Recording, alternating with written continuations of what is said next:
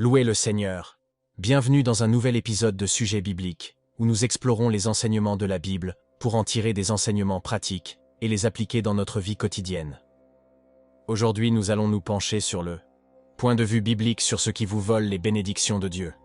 En tant qu'enfant de Dieu, notre objectif est d'avoir une relation authentique avec Dieu, de demeurer sous sa grâce et ses bénédictions, et de maintenir une connexion parfaite avec lui. Mais il y a des choses qui empêchent notre partenariat avec Dieu et rendent notre objectif de devenir un vrai disciple de Jésus vain. Et l'une de ces choses est notre manque de gratitude. Mais avant de partir, n'oubliez pas de vous abonner à ma chaîne si ce n'est pas déjà fait. Alors, sans perdre de temps, entrons dans le vif du sujet. Qu'est-ce que la gratitude ? La gratitude peut être simplement définie comme reconnaître que Dieu est à l'origine de toute chose dans notre vie. C'est une émotion puissante qui a le pouvoir de transformer nos vies et de renforcer notre lien avec Dieu. En tant que chrétiens, nous comprenons que notre foi n'est pas seulement une série de croyances et de rituels, mais un mode de vie qui englobe tous les aspects de notre être.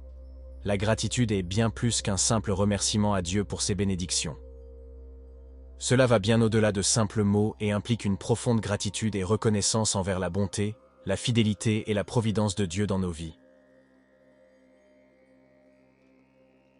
La gratitude reconnaît que tout ce que nous avons provient de Dieu et que c'est lui qui est à l'origine de toutes les bénédictions. La gratitude est une obligation de Dieu, selon 1 Thessaloniciens 5:18, et c'est un choix que nous devrions faire chaque jour. Voici quelques raisons pour lesquelles il est important de montrer de la gratitude. 1. Pour le don de la vie. La vie est une bénédiction précieuse et divine, et c'est la bonté de Dieu la plus sous-estimée. Le simple fait d'être en vie aujourd'hui devrait toujours susciter un sentiment de gratitude dans nos cœurs. Chacun doit exprimer sa gratitude et ses remerciements à Dieu pour le souffle de vie, et le reconnaître comme le donateur et le soutien de la vie. Psaume 150, verset 6. Que tout ce qui respire loue l'Éternel. Louez l'Éternel. Tout ce qu'un homme devient dans la vie est possible grâce au don de la vie. Que vous soyez propriétaire de différentes entreprises, que vous voyagiez du nord au sud, que vous ayez des enfants, que vous envisagiez de vous marier, que vous ayez obtenu différents diplômes de prestigieuses institutions supérieures, que votre entreprise prospère sans cesse et ainsi de suite, tout est possible parce que vous êtes en vie, et être en vie est un cadeau et un privilège de Dieu. Aucun d'entre nous n'est meilleur que ceux qui sont morts. Ce n'est pas parce que nous sommes plus justes qu'eux. Ce n'est qu'un privilège de Dieu d'être en vie. C'est parce que vous êtes vivant que vous pensez à demain. Vos plans pour le présent et l'avenir ne se matérialiseront que si vous êtes en vie. Job 12, verset 10. Il tient dans sa main l'âme de tout ce qui vit, le souffle de toute chair d'homme.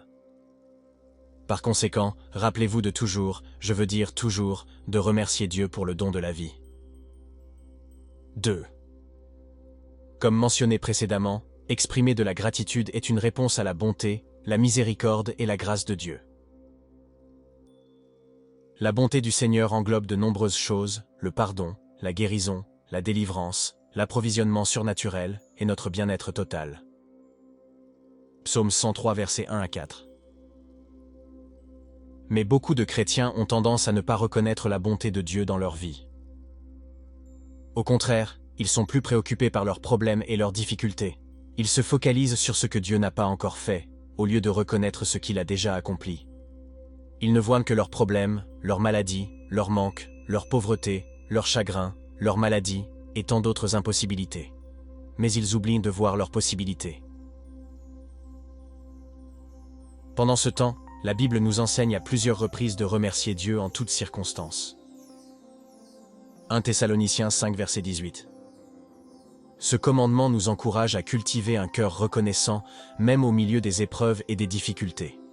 Il nous rappelle que la gratitude ne doit pas dépendre de nos circonstances, mais de la nature immuable de Dieu, de sa bonté et de ses bienfaits envers nous. Et sa fidélité. Vous pouvez être confronté à une maladie chronique, ou peut-être que vous ne savez pas comment vous procurer le prochain repas sur votre table. Peut-être que cette opportunité d'emploi continue de vous échapper, ou que votre source de revenus n'est même pas suffisante pour payer le loyer, sans parler de pouvoir économiser. Mais rappelez-vous qu'il y a toujours de l'espoir, qui est aussi l'un des bienfaits de Dieu, alors restez reconnaissants.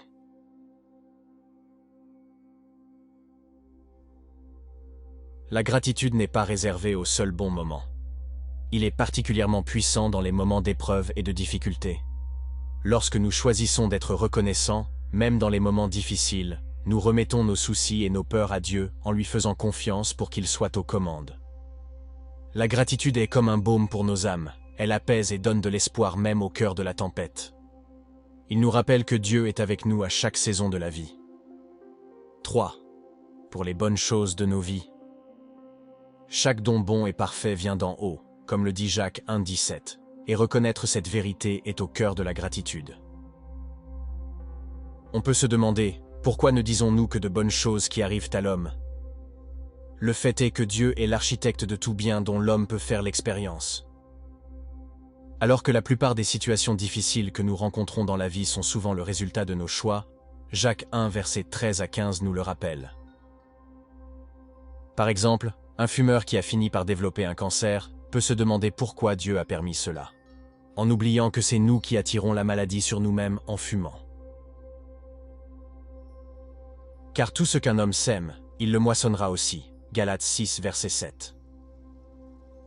Mais malgré cette implication, la gratitude doit être cultivée. Lorsqu'une personne atteinte de cancer, désireuse de se repentir, remercie Dieu, alors Dieu, dans sa miséricorde infinie, la guérit de son cancer. Lorsque nous exprimons notre gratitude, nous reconnaissons que Dieu est la source de toutes les bénédictions. Cela nous aide à voir sa main à l'œuvre dans nos vies, même dans les moments apparemment ordinaires ou insignifiants. 4. Pour qui et où nous sommes. Peu importe qui ou où vous êtes aujourd'hui, c'est seulement par la grâce de Dieu. Nous devons reconnaître que nos compétences, nos talents et nos dons nous sont donnés par Dieu. Qu'il s'agisse de capacités intellectuelles, artistiques ou physiques, ces qualités sont attribuées à la grâce de Dieu, reconnaissant que nous ne gagnons ni ne méritons ces dons. 1 Corinthiens 4, verset 7. Car qui est ce qui te distingue? Qu'as-tu que tu n'aies reçu? Et si tu l'as reçu, pourquoi te glorifies-tu, comme si tu ne l'avais pas reçu? N'oublions pas que nous sommes tous nés sur cette terre sans rien, et que nous la quitterons pratiquement de la même manière. Tout ce que nous avons ici dans ce monde appartient à Dieu, le Créateur et le Propriétaire. Psaume 24, verset 1. Que ce soit vos réussites, votre position, vos diplômes, vos compétences, vos talents, votre succès, vos maisons, vos voitures, vos vêtements, vos luxes, tout ce que nous les avons acquis ici, et nous les laisserons également ici. Dieu en est le propriétaire. Nous avons seulement le privilège, grâce à sa bonté et sous sa grâce, d'être les gardiens de ces choses. Alors rends grâce pour ce que tu es. Aussi, vous devez rendre grâce à Dieu pour l'endroit où vous êtes. S'il vous plaît, notez ceci.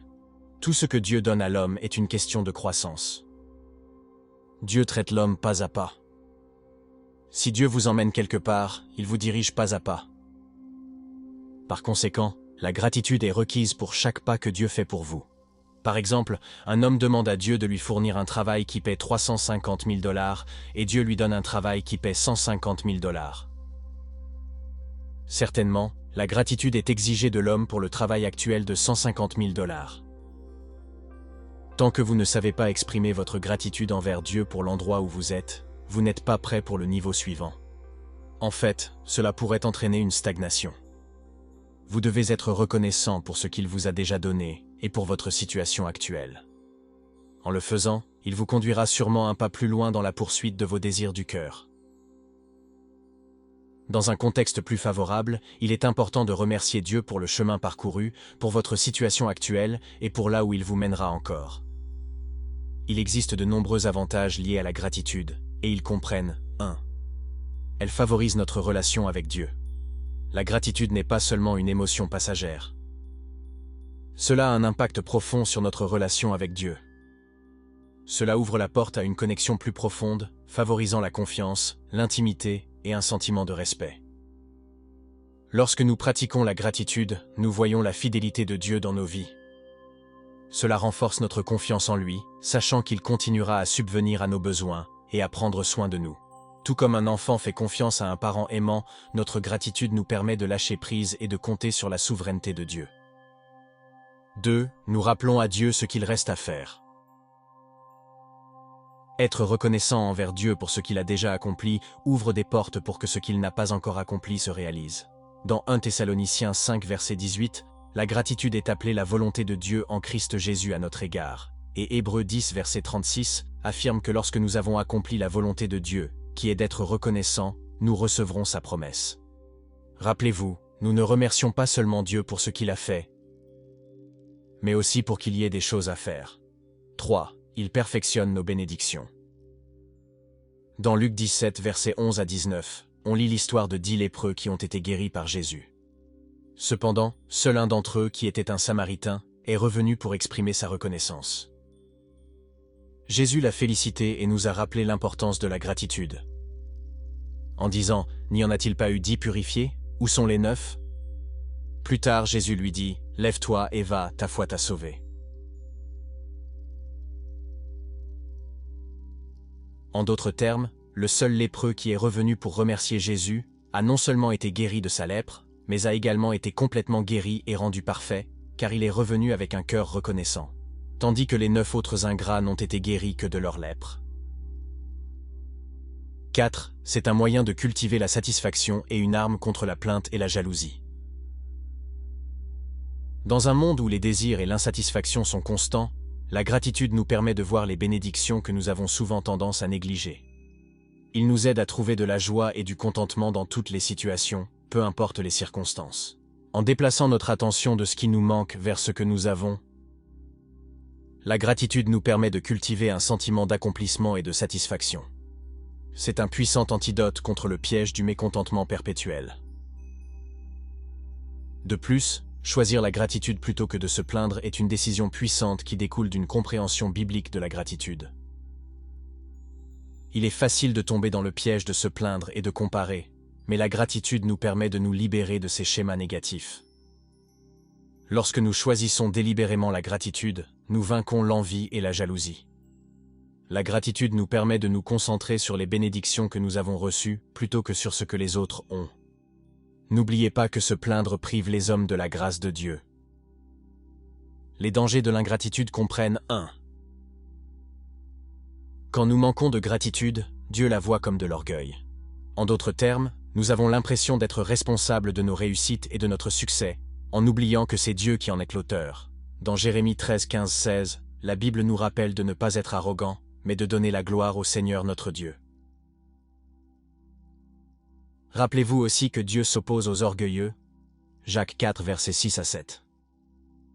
2. Il apporte des malédictions. Malachie 2, verset 2 dit « Si vous n'écoutez pas et ne prenez pas cela à cœur pour donner gloire à mon nom, déclare le Seigneur des armées. J'enverrai même une malédiction sur vous, et je maudirai vos bénédictions. Oui, je les ai déjà maudits, parce que vous ne le prenez pas à cœur. » Le manque de gratitude attire la malédiction sur le cœur ingrat. Pendant ce temps, nous pouvons cultiver la gratitude de la manière suivante.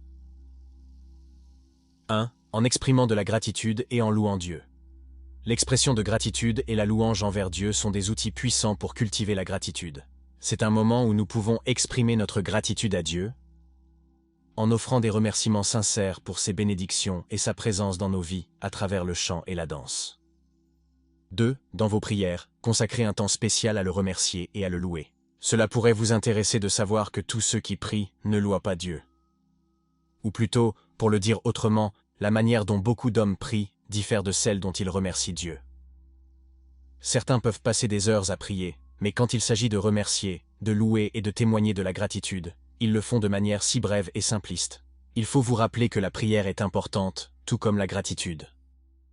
Assurez-vous donc de montrer la même intensité dans vos actions de grâce et vos louanges que celles utilisées dans vos prières. 3. Lorsque vous plantez votre graine de prière, n'oubliez pas de l'arroser avec des actions de grâce. La reconnaissance est comme l'eau qui nourrit votre prière depuis le jour où vous la plantez comme une graine jusqu'à ce qu'elle porte ses fruits. continuez à arroser vos graines de prière, toujours. Lorsque nous exprimons nos prières avec notre cœur, nous devrions nous rappeler de toutes les manières dont Dieu a été fidèle et aimant envers nous. Notre reconnaissance, que ce soit pendant ou en dehors de la prière, renforce notre relation avec Dieu et approfondit notre foi. Souviens-toi simplement de dire merci Seigneur, toujours. Philippiens 4, verset 6.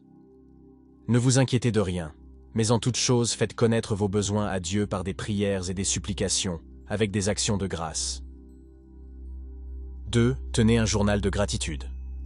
Vous devriez commencer un journal de gratitude aujourd'hui et y noter 3 choses pour lesquelles vous êtes reconnaissant chaque jour. Réfléchir à ces bénédictions te rappellera la bonté de Dieu et t'aidera à développer une habitude de reconnaissance. 3. Comptez vos bénédictions. Prenez régulièrement le temps de compter vos bénédictions. Rappelez-vous les grandes et les petites façons dont Dieu a montré son amour et sa providence dans votre vie, en commençant par le don de la vie. Appréciez Dieu à chaque étape de votre voyage. Cette habitude simple vous aidera à cultiver un esprit de gratitude et d'appréciation. 4. Exprimez votre gratitude aux autres. Un simple merci peut faire beaucoup de bien. Exprimez votre gratitude envers ceux qui vous entourent, que ce soit votre famille, vos amis, vos collègues, ou même des étrangers, en gardant à l'esprit que c'est Dieu qui les a placés sur votre chemin. Partager votre gratitude non seulement bénit les autres, mais renforce également un sentiment de reconnaissance en vous-même. 5. Servez les autres avec un cœur reconnaissant. Servez les autres avec un cœur plein de gratitude. Cherchez des occasions de donner un coup de main à ceux qui en ont besoin. Lorsque nous servons les autres avec un cœur reconnaissant, non seulement nous avons un impact positif, mais nous cultivons également une appréciation plus profonde des bénédictions dans notre propre vie. En conclusion, la gratitude revêt une immense importance dans le contexte biblique. Il est un principe fondamental qui a un impact sur différents aspects de notre vie. En faisant de la gratitude un mode de vie et une habitude, nous alignons notre cœur sur la volonté de Dieu et expérimentons le pouvoir transformateur qu'elle apporte. La gratitude nous permet de reconnaître les bénédictions de Dieu, de répondre à sa grâce, de cultiver le contentement, de surmonter les émotions négatives, d'honorer Dieu, de trouver de la force dans les moments difficiles et de transformer nos vies.